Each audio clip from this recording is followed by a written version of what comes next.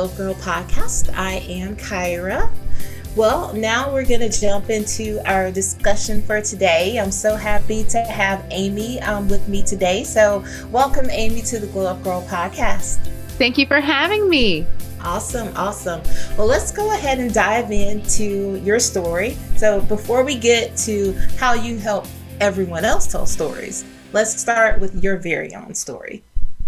So I always try to condense this part because, as with any of our stories, there's so many twists and turns and elements. But I grew up in a very, very strict religious environment. And I was a high school English teacher for 7 years. And I remember when I was teaching, I was asked by the church I was going to at the time to teach a lesson on integrity.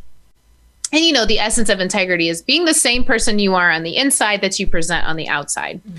And I remember I taught this lesson and people loved it.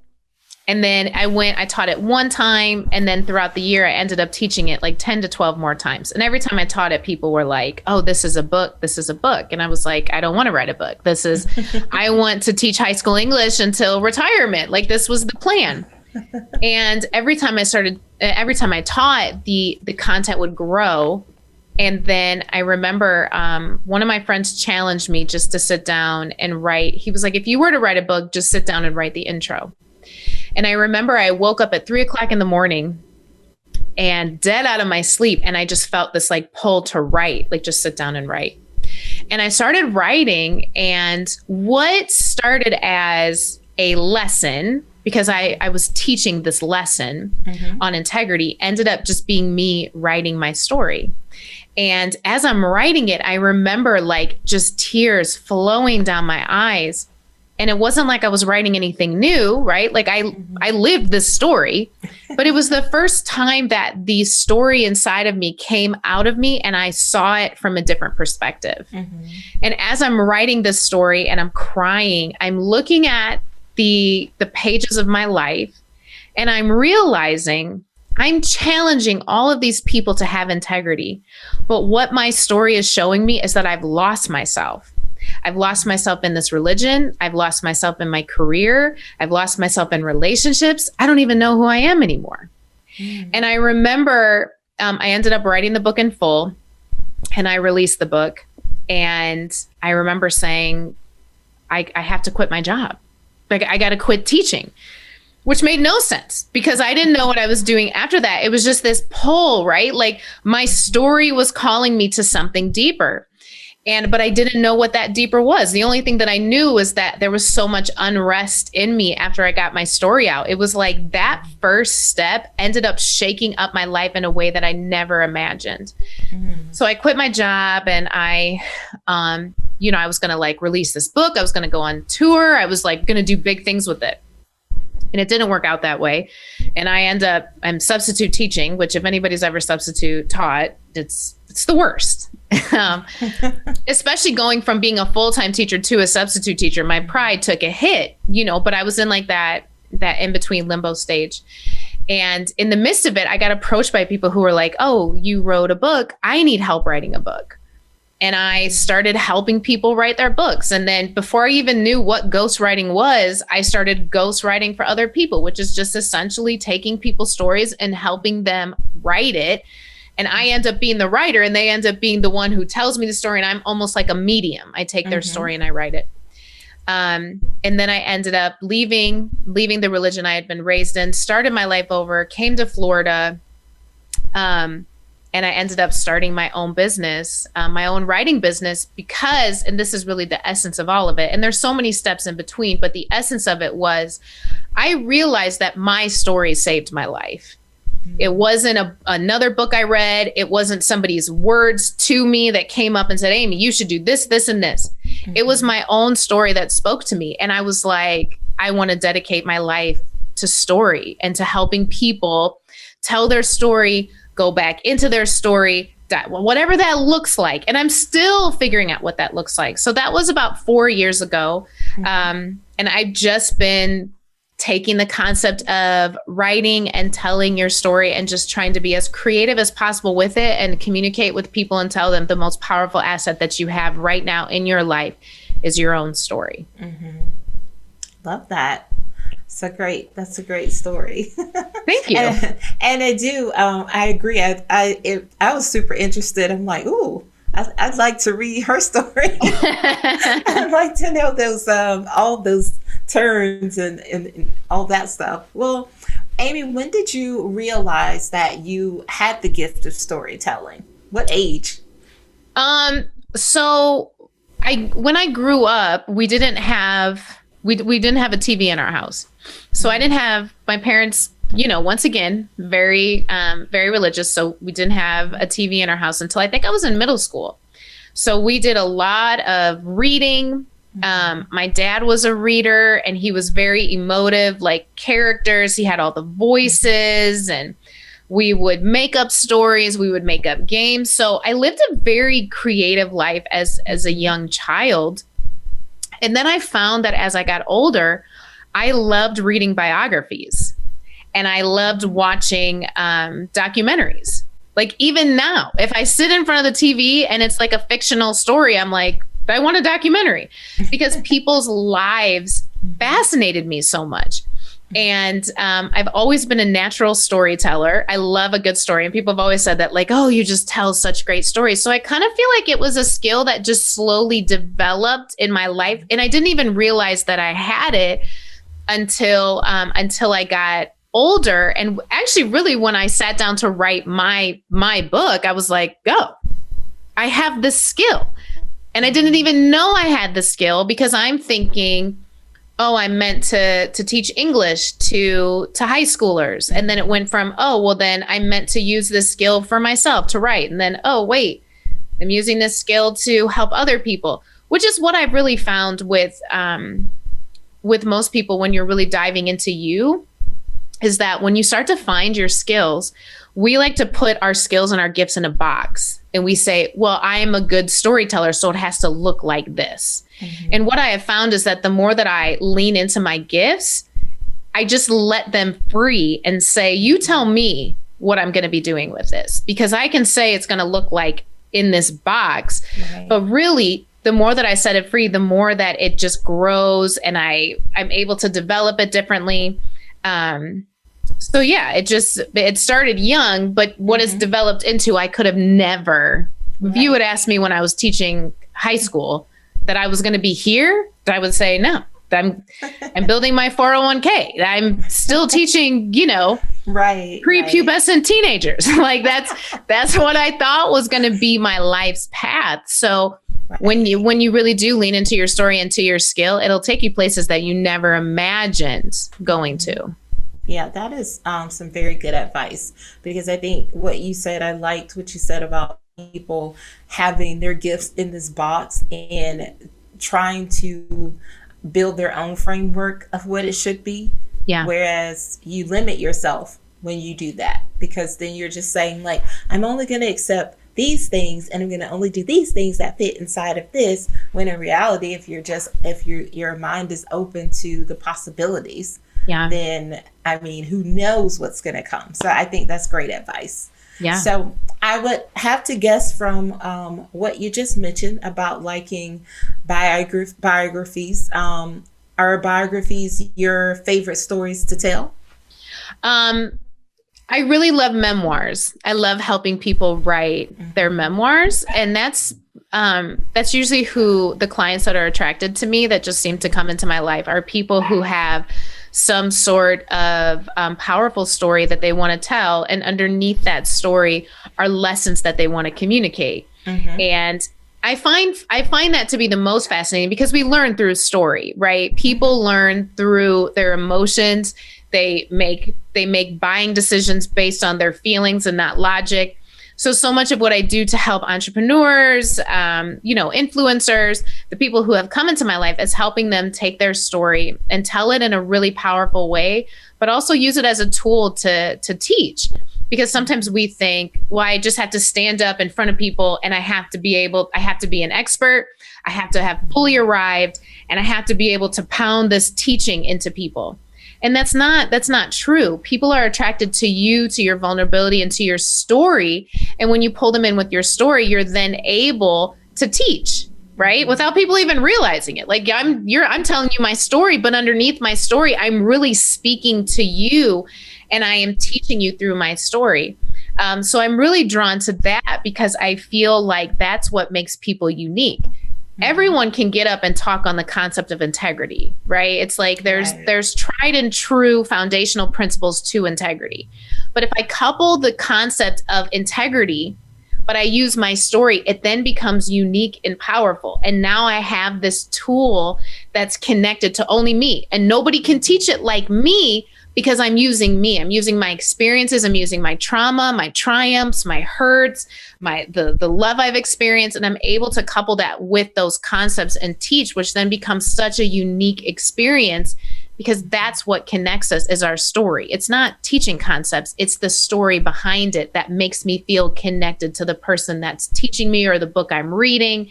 I want to feel something, which is why I enjoy writing those types of books the best. Mm-hmm. Awesome. So what have been some of your favorite stories that you've worked on with some of your clients? So I feel like this is kind of it's not necessarily the story because I really enjoy all of the stories because all of the stories have just such unique journeys. The thing that is my favorite with all of my clients is watching what happens to them and to their lives as they're writing the story. Because that's really what drives me, is watching people's stories save their lives and change the direction of their life and give them a renewed sense of purpose. I had, and I mean, I've written such a gamut of stories, but I remember writing a story. This was one of the first books I did ghostwriting, and it was written by me, but the lady I was writing it for, she had been in a very physically, mentally, and emotionally abusive relationship, and her husband was a drug addict. So she kind of details how she was abused, what happened to her children. She almost died a few times, her strained relationship with her family. So we're going through and we're, going through the process. And when I ghostwrite, I take your story and I section it off and I have people record for me, which is different than what a lot of other ghostwriters do. Because for me, when I ghostwrite, I always say that I become like a heart whisperer. Which means that I have to listen to you tell it because something happens when you tell your story when it comes to intonation, passion. I've received recordings where people cry through the majority of it, or they get angry, or they get, it's almost like I want that fire so that when I'm writing it, I'm communicating that fire. But so much of her story involved major falling out with a lot of her family members feeling like she wasn't accepted. And I watched as she went through this process. And at the end of the process and even publishing the book, a year later, she had reconciled with her mom and dad. She had shifted careers. So after writing that book, it launched this life coaching business because it was almost like after going through her story and seeing all the things she had overcome, it gave her voice back. Because there's something I teach a seminar called Free Your Story, Free Your Life. And that's essentially what it is. It's like so many people keep their story locked up because there's shame attached to it or guilt or feeling insecure. But there's something about freeing it and letting yourself see it and watching the movie of your life and owning it and then allowing yourself to heal from your story. Because your story comes to heal you first before it goes out to heal or impact anyone after that. And she's not the only one. I had one lady who wrote a book, and this was not the intention, but after she wrote the book, she divorced her husband and moved because she was in a very toxic relationship. And it was like, as she was writing the story, she was seeing the patterns of her life. She was seeing the relationships. And she was like, I can't do this. She got divorced, she moved and started her own photography business. So for me, it's every story is unique and powerful. But the thing that I enjoy the most is watching people free themselves through their story. Nobody else comes in. It's them freeing themselves by going back to their story, writing it, owning it, and then letting their story be the one that dictates, okay, now that we've healed, what comes next? Mm-hmm. Yeah, awesome. Now, if someone wants to share their story, where should they begin? So there's so many steps to this, but I think the first thing that people have to realize when it comes to sharing their story, I think a lot of times people look outside first and believe that the power of their story is in how other people are going to be impacted by it. That's a byproduct. The first person that needs to feel the power of your story and the first person that needs to be transformed by your story is yourself. Because becoming a better you is not getting better strategies. It's not reading better books. It's not taking better courses. It is becoming more self-aware of yourself and the power that resides inside of you. Like the things that we avoid, the trauma, the uncomfortable moments, the anger that we have, that's our teacher. That's our growing point. That's where we need to learn. That's our classroom. So I think the first step in wanting to share your story with other people is sharing your story with yourself first. And I know that that sounds crazy because you're like, Amy, I lived my story. There's a difference between living it and then letting it come out and looking at it and studying it for yourself. So in the same way that you would get somebody else's book, like if I say, oh my goodness, Lisa Nichols, she wrote this really great book, and I get it and I got my highlighter, I'm taking notes. We don't do that with our story. So I would almost say, and this is what I tell all my clients, that this is going as much respect and fervor and study time that you put into everybody else's book, you put that into your story. So I think the first step is really just starting to free write your story. You don't have to have a format. You don't have to have an outline yet. Just start writing some of your story out and start looking at it and ask your story, what are you trying to teach me? Where are my growth points? Where are my healing points? And that's really what therapy is too. I go into therapy, I'm paying a therapist to direct me back to my story, Exactly. And then once I say my story, she'll ask me, well, what do you think that means? And I'm like, well, I'm paying you, but really I'm paying her to help me go back to my story. Yeah. And that's really a really great place to start is writing out. And you can even I always take people through a timeline. If you take your story 5 years at a time and just start free writing and start to notice your patterns, start to notice like the parts of your life that you're like, man, I wish that had never happened. But when you go back and look at it, you think, man, but if that didn't happen, then this wouldn't have happened. Do you know what I mean? It takes away so much of that shame and discomfort of our lives. And like I said, it frees it. So that's where I would start first. Just take your life, 5-year increments, start writing, and then study it. Get as much as you can from it before you release it out into the world. Yeah, I mean, that's a great point because I think when people, if you were to take it, like you said, in those increments and then also like look at the things that even though they might have been bad things, but if that thing hadn't happened, you wouldn't have done this next amazing thing that was like brought you so much joy. And I think you're right. It does help. It will help people to remove the shame that's attached to it. And there is something to when you get to a point to being able to be very transparent with like your story, your life. I mean, because holding it in, what is that going to do other than torment you? But you just never know who you can help. Yeah. Like someone could be going through the same exact thing or, something you went through like 10 years ago, they're going through it now. And maybe just hearing from, hey, yeah, that happened to me too. Yeah. Like, I think people sometimes forget like that piece of like, yeah, your story can encourage and help as well. Help others to heal. Yeah. So, yeah. Awesome. Well, how would someone work with you if somebody's in the audience now saying, hey, I think I want to connect to Amy and I want her to tell my story? Yeah. So I have a website, amykochek.com. On Instagram, it's at coach_Kochek, _Kochek. So contacting me on my social media or via my website, there's like a free consultation that you can click. And there's so many options too. Like I have an online course, I have a seminar, I have, I do coaching. So if you're like, I kind of want to go through the process of writing it, I do coaching too. I do ghostwriting. And I think people sometimes get afraid because they're like, well, I don't really know what I want. And I don't know what next steps. All you have to know is that I have a story and I want to share it, or I have a story and I want to be able to utilize the power of it. That can be the very first step. And then the thing that I do usually in consultation calls is just let you kind of talk through it and then give you the direction that you need for the next steps. Awesome. Love that. Well, guys, we will put her website, Amy's website, in the show notes. So you'll be able to find her easily by clicking there. Well, I love that.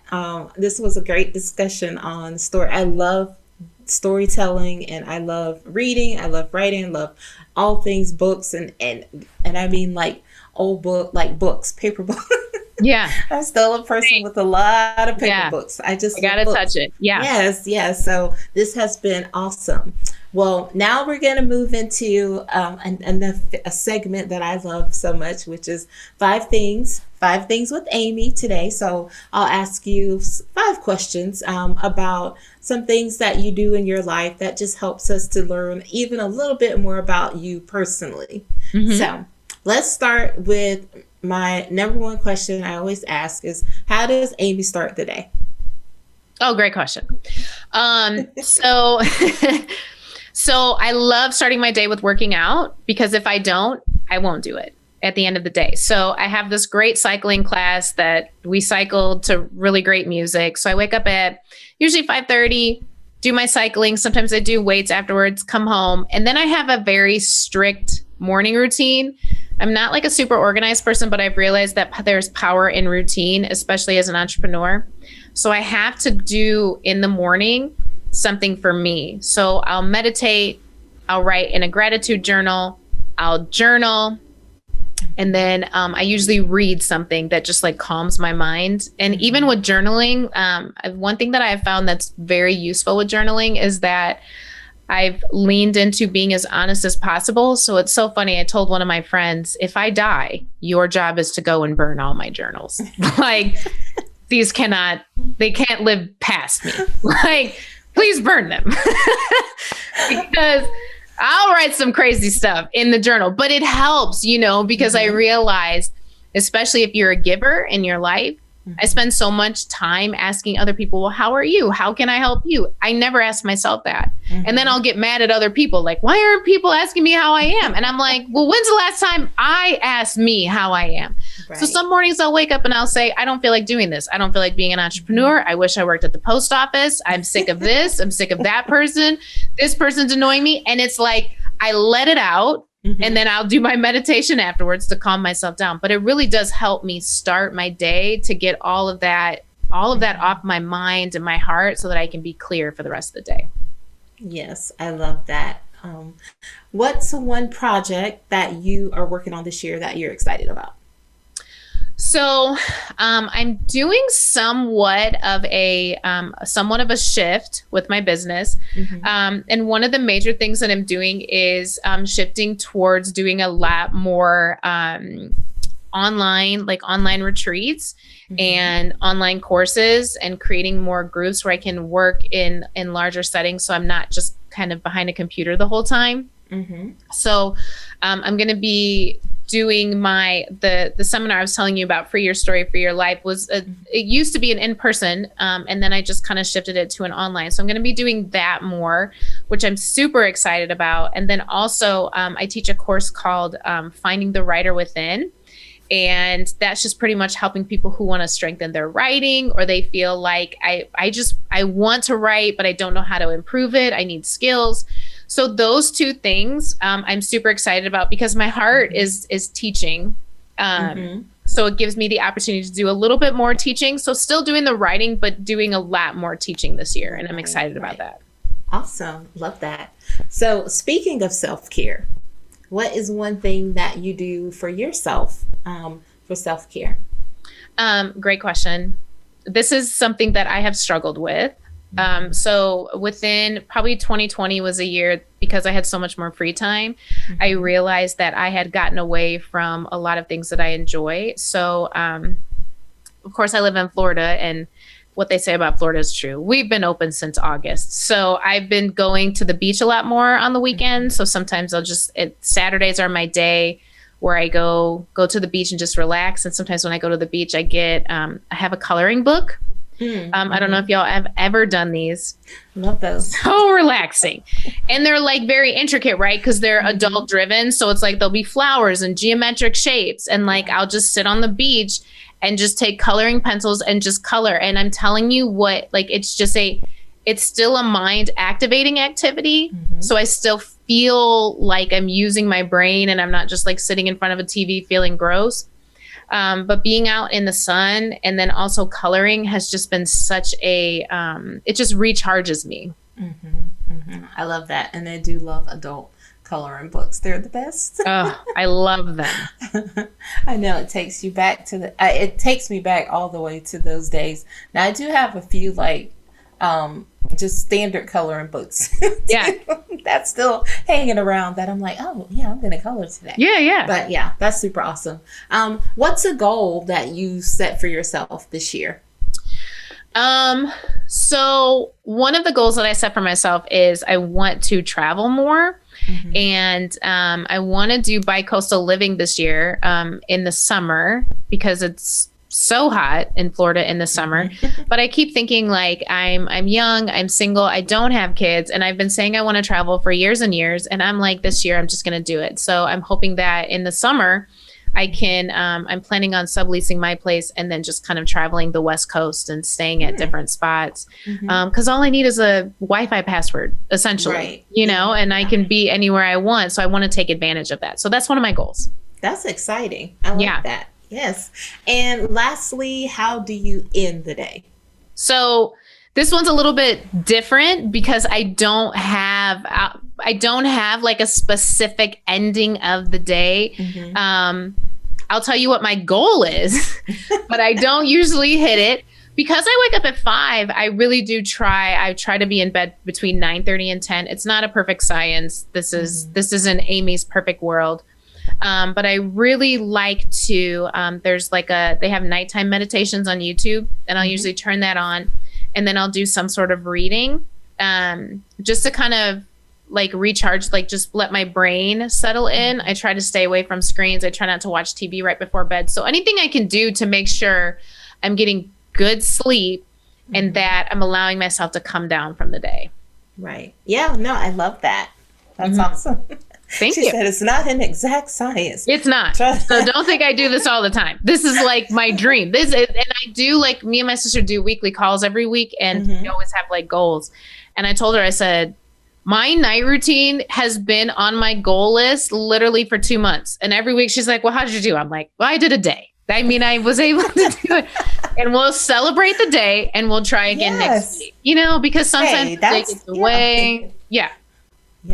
You got to celebrate the win. I mean, I am a person that always says, like, I get up at 6 and I'm always like, oh, I'm going to go to bed. Well, I always say I'm going to start the journey to go to bed at around this time. And wouldn't it be nice to go to bed at this time? But it always never works out that way. Like even last night, like Fridays, like you're just tired from the week or whatever. And I was like, okay, I usually find myself like, if I can just take like a 15-minute, like little power nap, then I get it, it's back on. And so like last night, it was probably like 11 o'clock.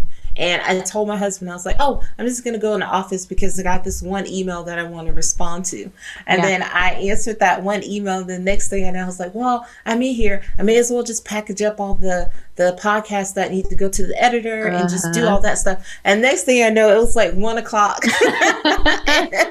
I totally get it. And my husband was like, but I thought you were going upstairs at like 11. I was like, well, I mean, I was, but then I got in the groove and I had like this energy. And so, next thing I know, then of course, like Like, so guilty of this all the time. Like, I could go up, like, usually I go upstairs first because then that gives me that time to like read and like journal and just sort of like calm my mind down. And if I want to have the TV on like in a background, but like last night we went up together and then our dog was still up and Max was like running around and just we were finding all these crazy things. Next thing I know, it's like 2:00.